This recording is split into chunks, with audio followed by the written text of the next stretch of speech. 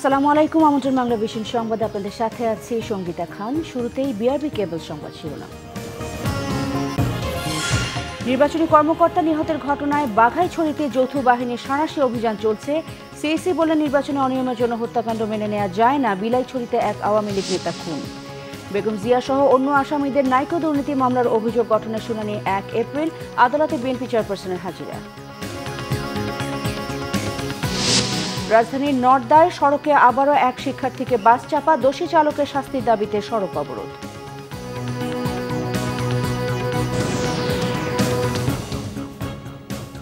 দেখছেন বিআরবি কেবল সংবাদ শিরোনাম। এবারে বিস্তারিত।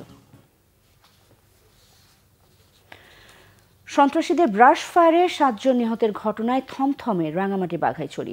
সন্ত্রাসীদের ধরতে সাঁড়াশি অভিযান চালাচ্ছে যৌথ বাহিনী। এ ঘটনায় আহত 7 জনের চিকিৎসা চলছে ঢাকা সিএমএইচে। এদের 3 জনের অবস্থা আশঙ্কাজনক। চট্টগ্রাম সিএমএইচে আহতদের দেখতে যান CEC K M Nurul Huda. তিনি বলেন, নির্বাচনে অনিয়মের জন্য হত্যাকাণ্ড মেনে নেওয়া যায় না। এদিকে হত্যার কয়েক ঘন্টার মধ্যেই বিলাইছড়িতে গুলি করে হত্যা করা হয়েছে এক আওয়ামী লীগ নেতাকে।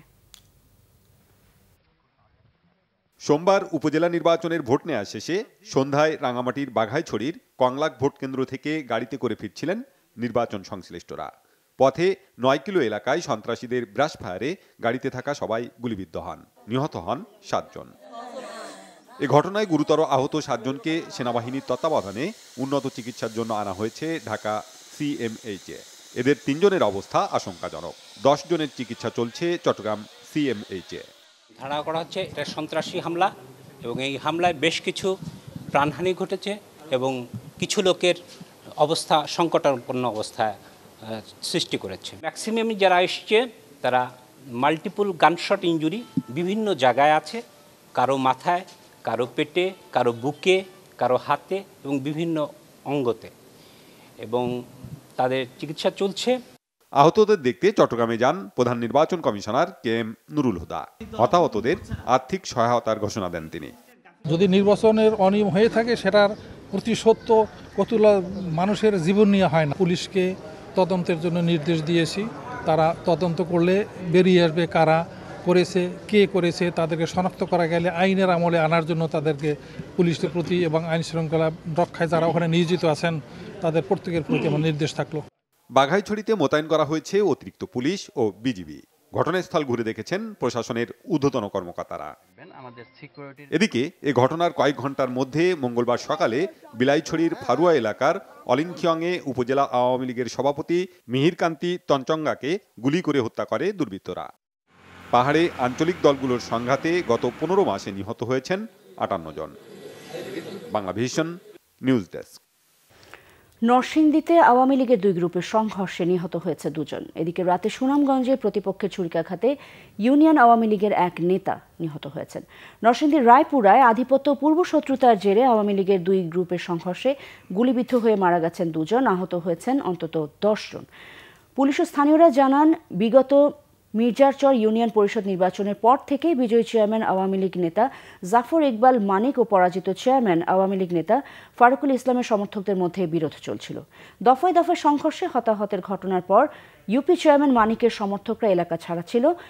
3 দিন আগে তারা এলাকায় ফিরে আসলে মঙ্গলবার সকালে পরাজিত চেয়ারম্যান ফারুকুল ইসলামের সমর্থকরা মানিকের সমর্থকদের উপর আগ্নেয়াস্ত্র নিয়ে অতর্কিত হামলা চালায়।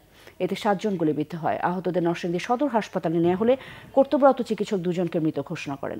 নিহতরা হলেন বালুচর গ্রামের কাউনিয়া মিয়ার ছেলে ইকবাল ও মির্জারচর মধ্যপাড়া এলাকার সৈকত মিয়ার ছেলে আমানুল্লাহ। গুরুতর আহত 3 জনকে ঢাকা মেডিকেলে আনা হয়েছে। এদিকে সুনামগঞ্জ সদরের জাহাঙ্গীরনগর ইউনিয়ন আওয়ামী লীগের সাধারণ সম্পাদক জয়নাল আবেদিনকে ছুরিকাঘাতে হত্যা করেছে প্রতিপক্ষ। নিহতের ছোট ভাই মোহাম্মদ হানিফ অভিযোগ করেছেন, অভ্যন্তরীণ কোন্দলের কারণে তার ভাইকে পরিকল্পিতভাবে হত্যা করা হয়েছে। এই ঘটনায় 3 জনকে আটক করেছে পুলিশ। দ্বিতীয় ধাপের উপজেলা নির্বাচনের ভোটে চেয়ারম্যান পদে ক্ষমতাসীন আওয়ামী লীগ জিতেছে 52টি এবং স্বতন্ত্র সহ অন্যান্যরা জয় পেয়েছে 38টিতে। বিভিন্ন উপজেলা থেকে প্রাপ্ত ফল অনুযায়ী খাগড়াছড়িতে আওয়ামী লীগ 6টি এবং 1টিতে স্বতন্ত্র প্রার্থী বেসরকারিভাবে চেয়ারম্যান নির্বাচিত হয়েছেন। পাবনার 9টি উপজেলায় আওয়ামী লীগের 4 জন এবং স্বতন্ত্র থেকে সমান সংখ্যক প্রার্থী নির্বাচিত হন। নওগাঁর 11টি উপজেলার 7টিতে আওয়ামী লীগ এবং 4টিতে বিদ্রোহী প্রার্থী বিজয়ী হন। বান্দরবানে 7 উপজেলার মধ্যে 6টিতে আওয়ামী লীগের চেয়ারম্যান প্রার্থীরা বিজয়ী হয়েছেন। আলীকদম উপজেলার চেয়ারম্যান পদে জয়ী হয়েছেন বিএনপির বহিষ্কৃত এক নেতা। এছাড়া সিলেট, রংপুর, ঠাকুরগাঁ, গাইবান্ধা ও ফরিদপুরে বেশিরভাগ আসনেই ক্ষমতাসীন দলের প্রার্থীরা চেয়ারম্যান নির্বাচিত হয়েছেন। রাঙামাটিতে হামলার কারণে জেলার 7টি উপজেলার ফল প্রকাশ হয়নি। প্রতিদ্বন্দ্বী প্রার্থী না থাকায় 24 উপজেলায় আগেই বিনা প্রতিদ্বন্দ্বিতায় চেয়ারম্যান নির্বাচিত হন আওয়ামী লীগের প্রার্থীরা। চলতি অর্থবছরের জন্য 1,65,000 কোটি টাকা সংশোধিত বার্ষিক উন্নয়ন কর্মসূচি চূড়ান্ত করেছে জাতীয় অর্থনৈতিক পরিষদের নির্বাহী কমিটি একনেক। সকালে রাজধানীর শেরেবাংলা নগরের এনইসি সম্মেলন কেন্দ্রে একনেক সভায় এটি চূড়ান্ত করা হয়। এতে সভাপতিত্ব করেন প্রধানমন্ত্রী শেখ হাসিনা। সভায় গেল অর্থবছরের বার্ষিক উন্নয়ন কর্মসূচি বাস্তবায়নের অগ্রগতি পর্যালোচনা প্রতিবেদন এবং বাস্তবায়ন পরিবীক্ষণ ও মূল্যায়ন বিভাগের প্রতিবেদনের কয়েকটি বিষয় উপস্থাপন করা হয়। বৈঠকের পর ব্রিফিংয়ে জানানো হয়, চলতি বছরে জিডিপি প্রবৃদ্ধি হয়েছে 8.13%, মাথাপিছু আয় $1,909 মার্কিন।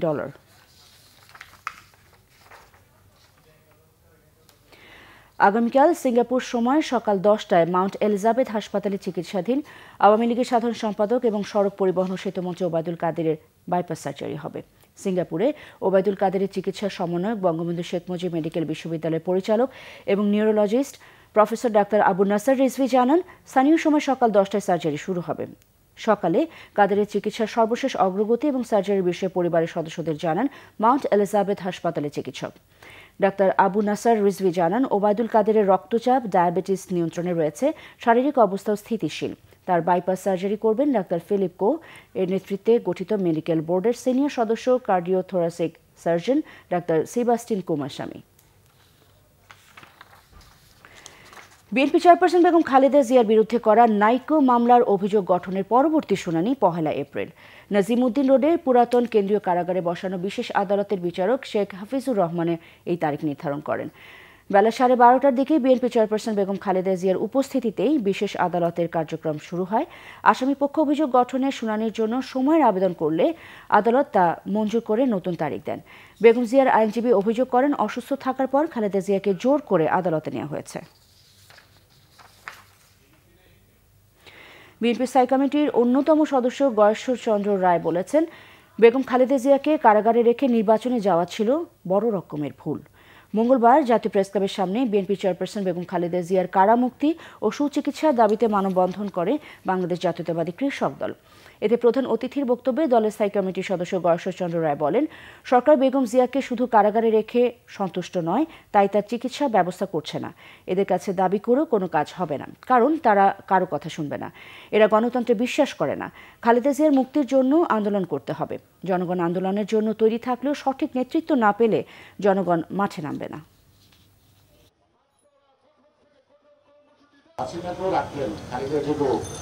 আপনি জেলখানা থেকে মুক্ত না করে নির্বাচনে অংশগ্রহণ করলেন, এই সরকারকে বৈধ করানোর জন্য নির্বাচনে অংশগ্রহণ করছিলেন। যদি না করে থাকি তাহলে আমাদের মাথায় কেন ঢুকলো না এই সরকারের অধীনে জনগণ ভোট দিতে পারবে না? এটা নতুন ইতিহাস না, বারবার প্রমাণিত হয়েছে। আওয়ামী লীগ যেখানে থাকে গণতন্ত্র সেখানে থাকে না। নির্বাচনে মনোনয়ন বাণিজ্য করে বিএনপি আজ ধ্বংসের পথে, মন্তব্য করেছেন আওয়ামী লীগের উপদেষ্টা মণ্ডলীর সদস্য তোফায়েল আহমেদ। সাবেক রাষ্ট্রপতি জিল্লুর রহমানের 6ষ্ঠ মৃত্যুবার্ষিকী উপলক্ষে আয়োজিত এক স্মরণ সভায় কথা বলেন তিনি। বেগম খালেদা জিয়ার ছেলের মতো ছেলে যে দলে আছে সে দলের ভবিষ্যৎ আরও খারাপ হবে বলে মন্তব্য করেন তোফায়েল আহমেদ। অনুষ্ঠানে আওয়ামী লীগের ভারপ্রাপ্ত সাধারণ সম্পাদক মাহবুবুল আলম হানিফ বলেন, আওয়ামী লীগের নাম নিশানা মুছে ফেলতেই বিএনপি জামাত 21 আগস্ট গ্রেনেড হামলা চালিয়েছিল। তারেক রহমানকে দেশে ফিরিয়ে এনে বিচারের রায় কার্যকরের দাবি জানান তিনি। এ সময় হানিফ আরও বলেন, বিএনপি নামক রাজনৈতিক দলের আর কোনো ভবিষ্যৎ নেই। বিএনপি ভবিষ্যৎ মুসলিম লীগের চেয়েও করুণ হবে, তাই দল থেকে পদত্যাগ করছেন বিএনপি নেতাকর্মীরা। পুনরায় ডাকসু নির্বাচন ও উপাচার্যের পদত্যাগের দাবিতে ক্যাম্পাসে বিক্ষোভ মিছিল করেছে জাতীয়তাবাদী ছাত্রদল। মিছিলটি ক্যাম্পাস ঘুরে অপরাজয় বাংলার পাদদেশে সমাবেশ করে। দাবি আদায় না হওয়া পর্যন্ত কর্মসূচি চালিয়ে যাওয়ার ঘোষণা দিয়েছে দলটি। এদিকে ছাত্রলীগ সভাপতি রেজানুল হক চৌধুরী শোভন বলেছেন, এখন যারা আন্দোলন করছেন তারা ব্যক্তির স্বার্থে ক্যাম্পাস অস্থিতিশীল করতে চাইছেন। শিক্ষার স্বাভাবিক পরিবেশ বজায় রাখতে ছাত্র সংগঠনগুলোর প্রতি আহ্বান জানান তিনি। অন্যদিকে যে কোনো ন্যায্য আন্দোলনকে স্বাগত জানিয়ে প্রো ভিসি অধ্যাপক মোহাম্মদ সামাদ বলেন, নির্বাচনে যেসব ভুল ত্রুটি হয়েছে ভবিষ্যতে যাতে না হয় সেদিকে খেয়াল রাখা হবে। অনিয়মের বিষয়ে তদন্ত কমিটির প্রতিবেদনের আলোকে ব্যবস্থা নেওয়া হবে। তবে পুনরায় নির্বাচনের সম্ভাবনা নেই বলে আবারও জানান তিনি। মঙ্গলবার সকালে রাজধানীর নর্দা এলাকায় যমুনা ফিউচার পার্কের সামনের সড়কে দুর্ঘটনায় আবরার আহমেদ চৌধুরী নামে এক ছাত্র নিহত হয়েছেন। Abrar Bangladesh university of professionals বিইউপির ছাত্র ছিলেন। তার বয়স আনুমানিক ২০ বছর। প্রত্যক্ষদর্শীরা জানান, সকাল 7:30টার দিকে সে যখন রাস্তা পার হচ্ছিল তখন সুপ্রভাত পরিবহনের একটি বাস তাকে চাপা দেয়। তার সাথে থাকা এক বন্ধু জানিয়েছেন, সকাল 8:30টায় ক্লাস ধরার জন্য আবরার বিশ্ববিদ্যালয়ের বাসে উঠতে বসুন্ধরা গেটে আসে। যমুনা ফিউচার পার্কের সামনের রাস্তায় সুপ্রভাত পরিবহনের উত্তরাগামী একটি বাস আবরারকে চাপা দেয়। তাতে ঘটনাস্থলে তার মৃত্যু হয়। চালক বাস ফেলে পালানোর চেষ্টার সময় তাকে আটক করেছে পুলিশ। এদিকে দুর্ঘটনার খবর পেয়ে বিইউপি শিক্ষার্থীরা এসে যমুনা ফিউচার পার্কের সামনের সড়ক অবরোধ করে। দোষী চালকের শাস্তির দাবিতে স্লোগান দিতে থাকেন তারা। তাদের অবরোধের কারণে বাড্ডা নতুন বাজার থেকে কুড়িলের পথে দুদিকেই যান চলাচল বন্ধ হয়ে যায়। উত্তেজিত শিক্ষার্থীরা এ সময় কয়েকটি যানবাহন ভাঙচুর করে। ঘটনাস্থলে অতিরিক্ত পুলিশ মোতায়েন করা হয়েছে। পরিস্থিতি স্বাভাবিক করতে কাজ করছেন তারা। নিচ্ছি সিবিসি টাইল সংবাদ বিরতি। সাথে থাকুন, ফিরে এসে জানাবো।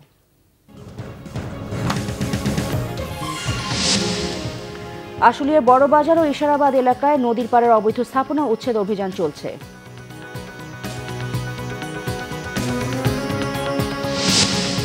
সাফ নারী ফুটবলে কাল বাংলাদেশ ভারত সেমিফাইনাল। ভুলের পুনরাবৃত্তি না করতে মরিয়া আঁখি মৌসুমী কৃষ্ণারা।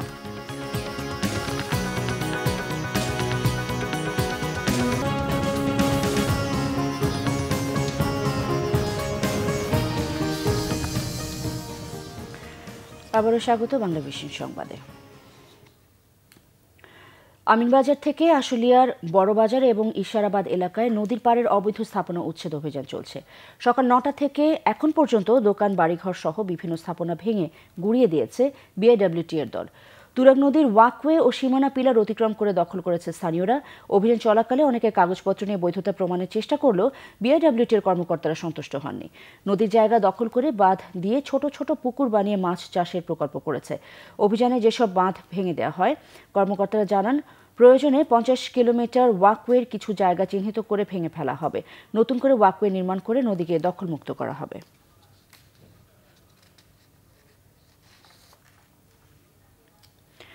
শরীয়তপুরের নড়িয়া ও জাজিরায় পদ্মার ভাঙন ঠেকাতে তীর সংরক্ষণ প্রকল্পের কাজ এগিয়ে চলেছে। আশার আলো দেখছেন পদ্মাপাড়ের বাসিন্দারা। প্রধানমন্ত্রীর নির্দেশে এবারের বর্ষায় ভাঙন রোধে সর্বোচ্চ ব্যবস্থা নেওয়া হয়েছে বলে জানিয়েছেন পানি সম্পদ উপমন্ত্রী AKA এনামুল হক শামীম। শরীয়তপুর থেকে শহীদুজ্জামান খানের রিপোর্টে বিস্তারিত। সম্প্রতি পদ্মার আগ্রাসী ভাঙনে নিঃস্ব হয়েছে শরীয়তপুরের নড়িয়ার হাজার হাজার পরিবার। নদীতে বিলীন হয়ে গেছে ফসলি জমি, হাসপাতাল, বহুতল ভবন, হাটবাজার এবং সরকারি বেসরকারি নানা স্থাপনা। এতেই টনক নড়ে প্রশাসনের। প্রধানমন্ত্রীর হস্তক্ষেপে শুরু হয়েছে জাজিরা ও নড়িয়া উপজেলার রক্ষাবাঁধের তোড়জোড়। প্রতিদিন 16,000 জিও ব্যাগ ফেলে বাঁধ নির্মাণের প্রাথমিক কাজ এগিয়ে চলছে। বর্ষাতে যাতে আর কোনো জায়গা না ভাঙে আমরা জিও বস্তা ডাম্পিং করে এবং স্লোপে বস্তা দিয়ে ব্যাংকটাকে প্রোটেক্ট করে রাখবো। তো সেই লক্ষ্যমাত্রা নিয়ে আমাদের কাজ আগাচ্ছে। এদিকে বাঁধের কাজ শুরু হওয়ায় আশার আলো দেখছে নদী পাড়ের বাসিন্দারা। ভাঙন আতঙ্কে ফেলে যাওয়া জমিতে নতুন করে বসতি তুলছেন অনেকে। বেড়িবাঁধের কাজ আরম্ভ করছে, ফির আমরা আশা ভরসা করতেছি আমরা ফির নিয়ে আমার জায়গাতে আমরা নিয়ে পৌঁছতে পারি। বাড়িঘর হালাই দিয়ে চলে গেছিলাম গা, এখন আবার বেড়িবাঁধ হইতেছে, সেই কারণে আশায় এবং আমরা আইসা আবার ঘর বাঁধতেছি। বাঁধটা জানি সুন্দর হয়, টেকসই হয় এবং নির্মাণ কাজ ভালো হয়।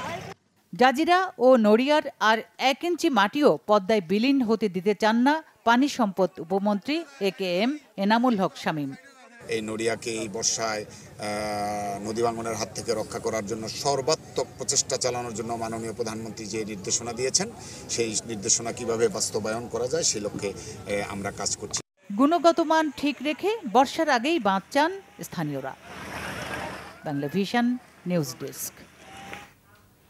এবার আমিন জুয়েলার্স আন্তর্জাতিক সংবাদ।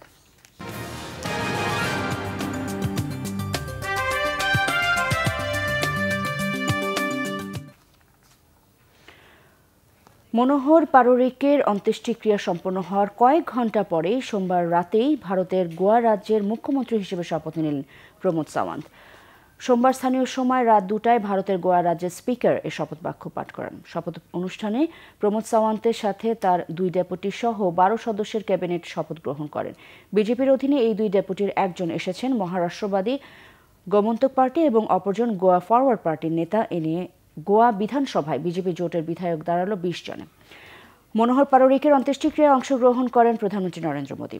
গোয়া রাজ্যে যখন মনোহর পাররিকের শেষ শ্রদ্ধা জানানো চলছিল, তখন কে হবেন মুখ্যমন্ত্রী তা নিয়ে দড়ি টানাটানি চলছিল বিজেপি ও শরিক দলগুলোর মধ্যে। পরে বিজেপি প্রধান সভাপতি অমিত শাহর হস্তক্ষেপে এই সমস্যার সমাধান হয়।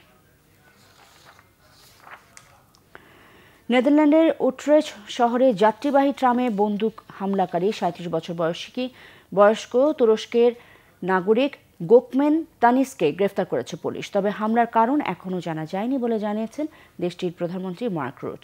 এদিকে নিউজিল্যান্ডের হামলায় নিহতদের মরদেহ দাফনের আনুষ্ঠানিকতা শুরু হয়েছে। সোমবার নেদারল্যান্ডের যাত্রীবাহী ট্রামে হামলার কয়েক ঘণ্টার পর ঘটনাস্থল থেকে 3 কিলোমিটার দূরে এক বিল্ডিং থেকে তাকে গ্রেফতার করে পুলিশ। এ ঘটনায় সন্দেহভাজন আরও 2 জনকে গ্রেফতার করেছে ডাচ পুলিশ।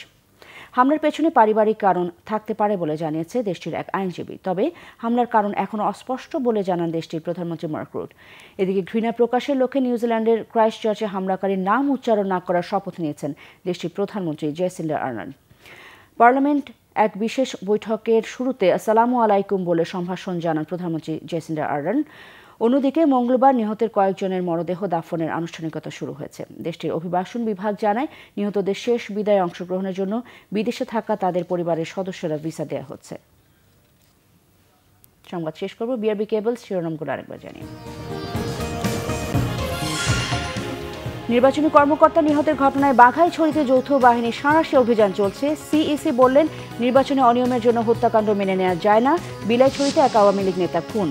বেগম জিয়া সহ অন্য আসামিদের নাইকো দুর্নীতি মামলার অভিযোগ গঠনের শুনানি 1 এপ্রিল। আদালতে বিএনপি চেয়ারপারসনের হাজিরা।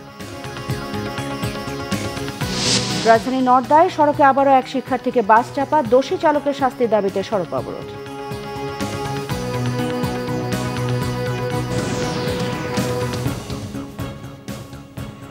এই ছিল এখনকার মতো। পরের সংবাদ বিকেল 4টায়। এর আগে 3টায় রয়েছে নিউজ টপ 10 দেখার আমন্ত্রণ রইল। এছাড়া ফেসবুকে বাংলাভিশন সংবাদ সরাসরি দেখতে লগ ইন করতে পারেন facebook.com/বাংলাভিশনে। এতক্ষণ সাথে ছিলেন, তাই সবাইকে ধন্যবাদ।